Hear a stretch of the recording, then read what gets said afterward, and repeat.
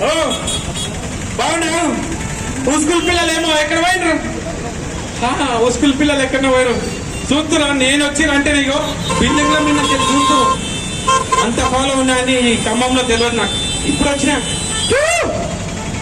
bus stand ఉందంట ఇక్కడ bus stand ఉందా ఆడికి ఓ సతీ అన్నారు మా సార్ ఆడిపోతే ఇంకా ఆగమవుతారు ఎందుకంటే పక్కనే